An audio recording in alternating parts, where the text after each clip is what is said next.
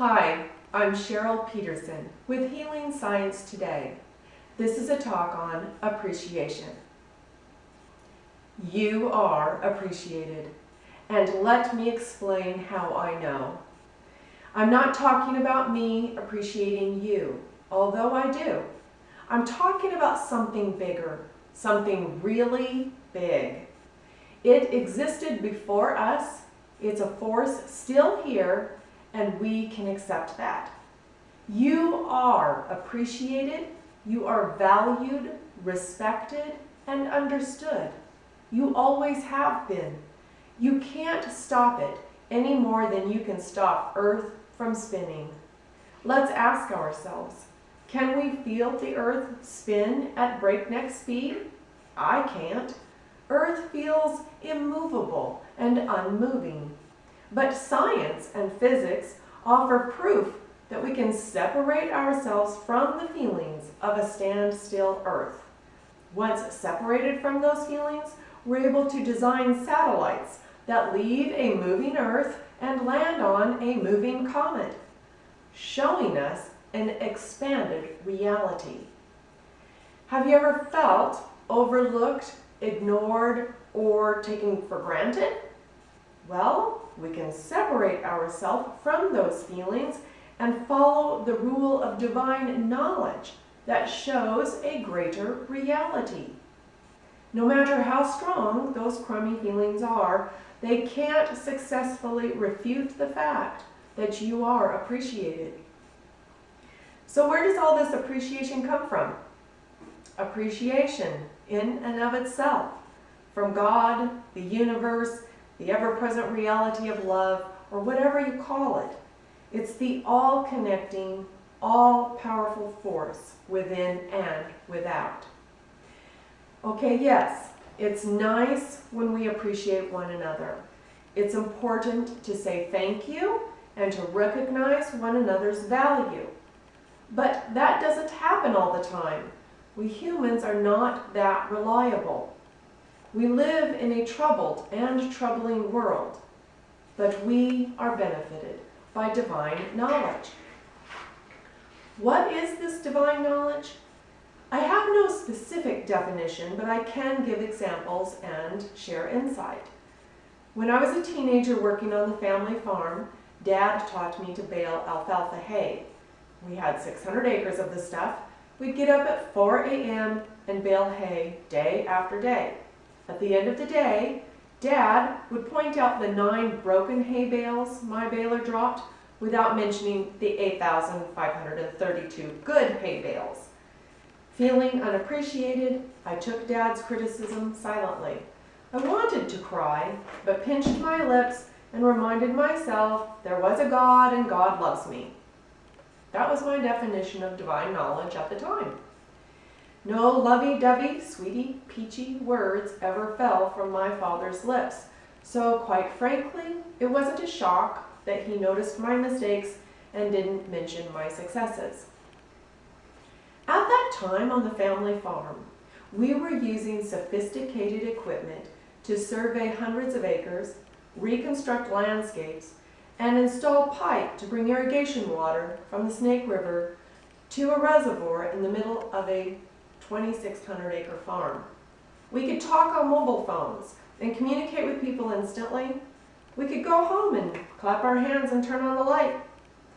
Yet Dad barely knew how to articulate how much he appreciated his family, which I know he did inside.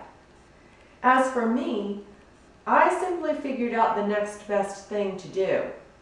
I learned how to fix the machine quicker, so fewer broken bales resulted and life went on. Hindsight taught me that my dad's discipline methods, albeit a bit severe, were better than lenient methods. Today, I'm glad Dad trained me to pay attention. I'm not saying we have to love being treated harshly. What I'm saying is we have to appreciate our way out of every human situation.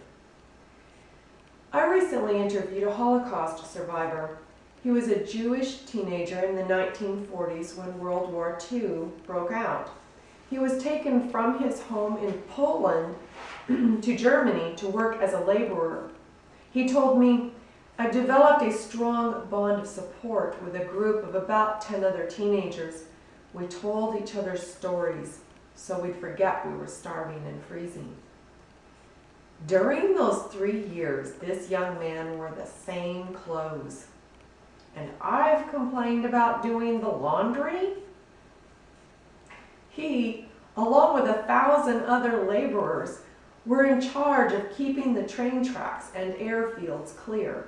He told me we'd hide in the woods, and after the Americans and Brits bombed the airfield, we'd run out, make up concrete, and fill the holes so the Nazi planes could take off and land. In other words, the survivor was forced to work for his enemy and against his allies for 3 years until the liberation. After being freed, he immigrated to the United States and is alive today with a heart still full of strength to share with others the value of figuring out the next best thing to do. He told me he still has dreams that wake him up in the night, but he can separate himself from the dreams and feelings. How? How is this possible? He finds within his circumstance the good he can appreciate and lives each day appreciating that good. Interestingly, while listening to him, I didn't become appreciative. I was humbled by appreciation. This was proof to me, again, that appreciation exists before us, and we are irrevocably linked.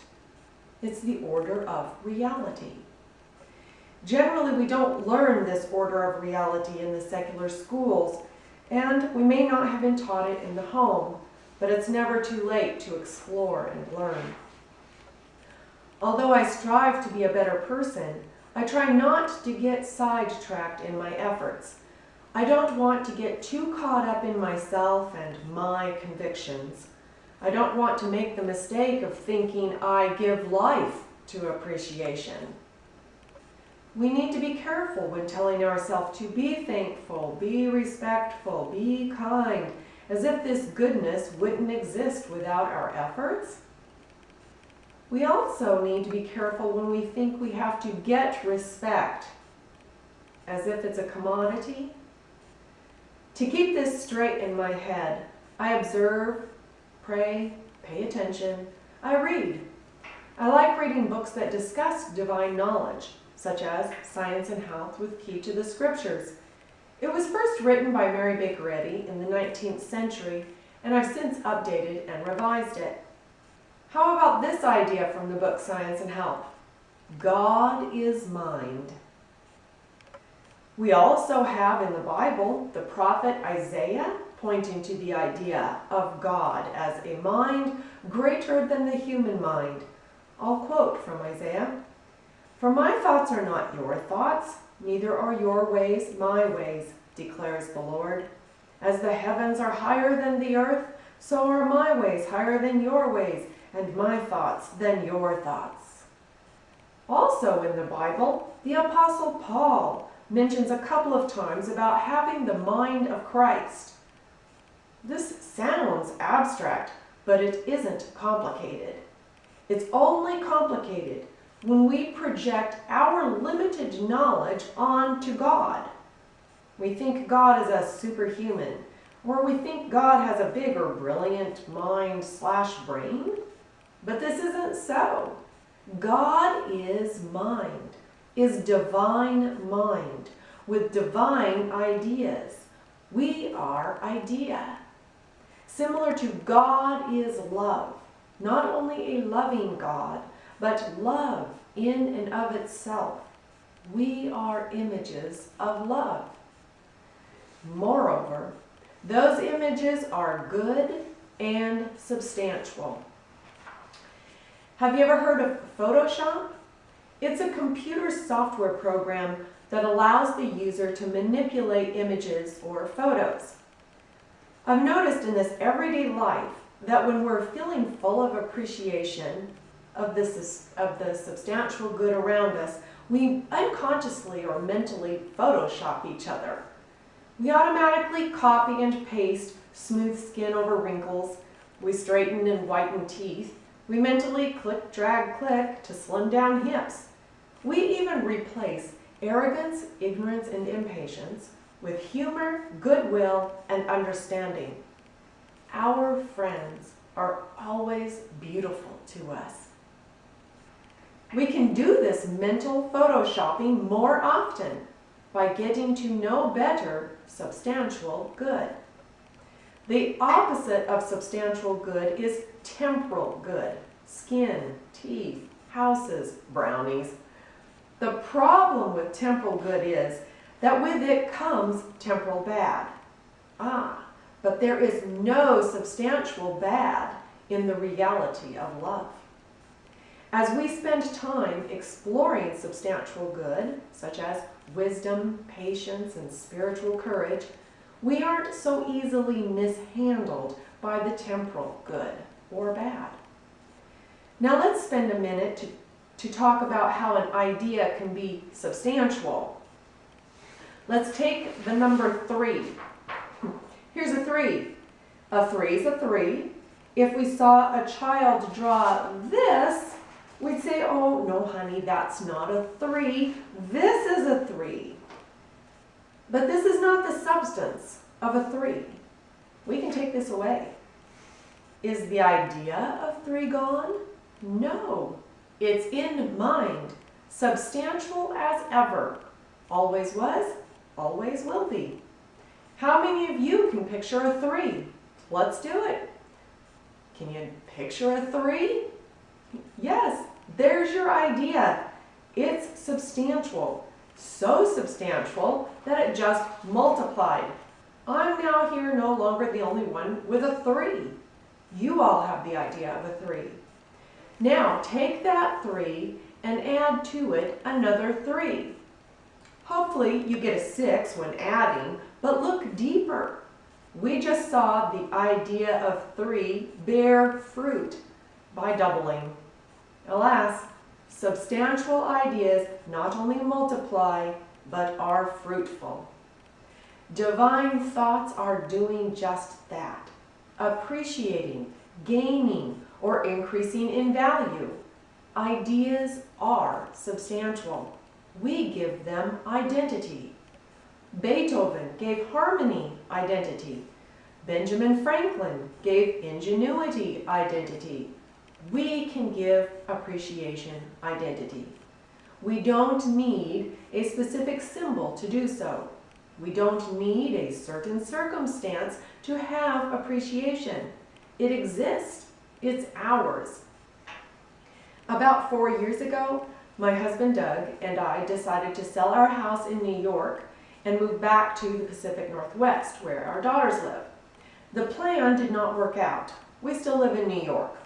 Our house never sold.